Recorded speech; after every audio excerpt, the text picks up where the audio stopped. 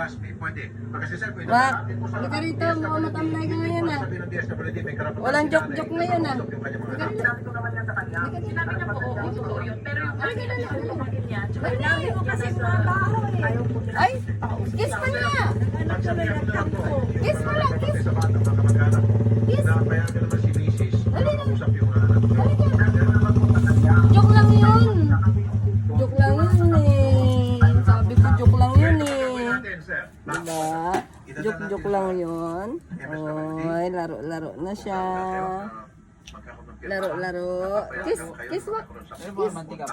Pero yung Kiss. Kiss.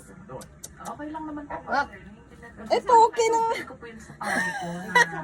Oh. Ganyan naman po. Pero gustong-gusto lang sumama sa akin ng dalawa. Nay, pahingi tissue mo, Nay. Dalawa. Nay, pahingi tissue mo, Nay. Sir, FYI, pag 8 years old ang bata, Tinama niya sa bag ko, Nay. po yan ng korte kung sinong gustong samahan. Now, pag sinabi po ng bata, gusto ko Tumayo kay si Wak. mama, lahat tayo walang magagawa. Baka maging bato naman yung bag ko. Wak. Sumama sa akin. Kasi dali po kasi pintado doon. Kaya ito pang gagawin natin. Ibabasa ko. Wak. Wak. Wak.